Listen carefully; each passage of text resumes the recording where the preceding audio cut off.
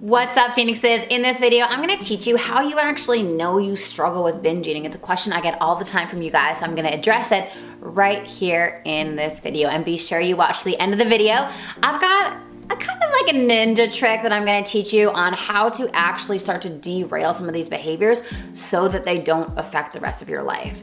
So who am I? I'm Samantha Skelly. I'm the founder of Hungry for Happiness. And if you truly wanna end the battle with food in your body, be sure to subscribe to the channel and hit the bell. I release videos on personal development, spiritual development, food, body, the whole works every single Thursday, and I would love for you to be a part of it. All right, so let's get started. When we think about binge eating, what you need to ask yourself is, what is my intention behind consumption? Is it to numb my emotions or is it to nourish my body? Like, that's such a simple filter that you can use. So when you are about to eat something, just ask yourself, what's my intention behind this? I talk about presence a lot and I have videos on presence, so if you haven't seen those, go check those out. But it's truly about understanding why we're doing what we're doing. We so often live so much up in our heads and we're just constantly on to the next thing. But if you can just stop in the moment, take a deep breath and ask yourself, my intention behind putting this in my mouth, is it to numb or is it to heal? Is it to numb my emotions so I don't have to feel them? Or is it to nourish my body so I can feel better? So that is one of my favorite filters to use when I'm eating. What is my intention behind consumption? The second thing that's an indicator that you may have an unhealthy relationship to food is constantly thinking about it, constantly analyzing, constantly, if you're at work and you have a bad day and you're thinking to yourself, oh, I just cannot wait to get home, put on my sweatpants and just eat.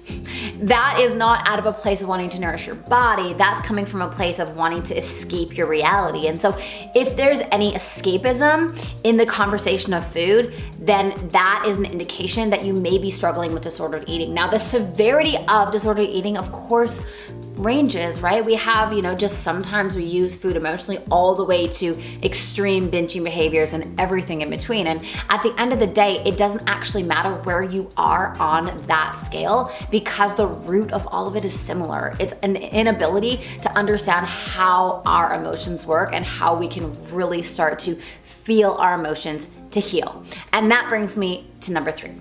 If you have an issue with feeling your emotions and you constantly want to check out of your body and get out of your body, that's an indication that you're using food as a drug. And so asking yourself, am I trying to numb my emotions with this food? Yes or no? Am I uncomfortable with the emotions in my body? Yes or no?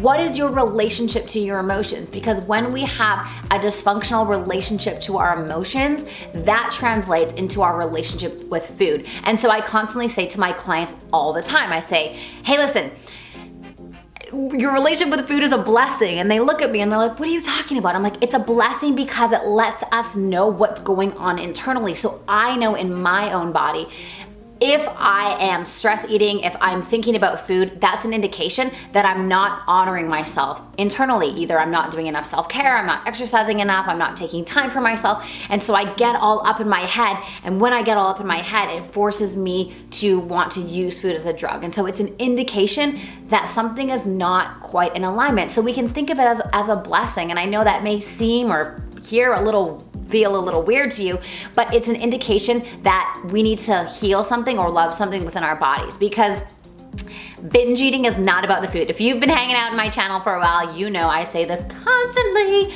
Binge eating is not about the food at all. It's truly about the emotionality. And so understanding how the brain works and the body works and understanding it's not about the food. The more we externalize an internal issue, the more we get stuck in that cycle. And so ending binge eating has nothing to do with the fact that you don't have any willpower or you're not good enough or you're a failure or any of those stories. It's simply because you're not addressing the emotional, mental relationship and you're just fixating on the food. So in a second here, I'm going to teach you my ninja strategy for derailing binge eating. But if you haven't yet already and you want support with this, go join the 5-Day Food Freedom Challenge. I literally walk you through step by step how to heal your relationship to food, your body, and yourself. I give you meditations and all that kind of fun stuff. So check out the link below and go sign up for that. All right, so The biggest thing to understand is we need to feel in order to heal. We cannot think our way out of binge eating. We cannot overanalyze our way out of binge eating. We truly have to feel our emotions. That is the gateway to transformation. And so when we're thinking about healing binge eating and we're thinking about making that journey, it has nothing to do with the food, and we need to get into our bodies and start to feel our emotions, and that truly is the way through. So asking yourself, again, what's my relationship to feeling? Can I feel safe to feel my emotions? A mantra that I used when I was overcoming my battle with food was, it's safe to feel. It's safe to feel, it's safe to feel. And I just kept repeating that, it's safe to feel, it's safe to feel, it's safe to feel. And eventually I conditioned myself to understand it is so safe to feel all spectrums of my emotionality, not just the happy emotions. All right, if you enjoyed this video and you got value out of it, let me know by giving me a like right in the comments. The number one thing that you're going to do today to start to change the relationship you have to food and your body. My intention for this channel is to create a community around this conversation because it is simply not talked about enough. And so if you enjoyed this video and you want more, let me know. What videos do you want me to make for you guys? I want to create content that is the most useful and valuable to you. All right, have a beautiful day, and we will see you next Thursday for another video. Bye for now.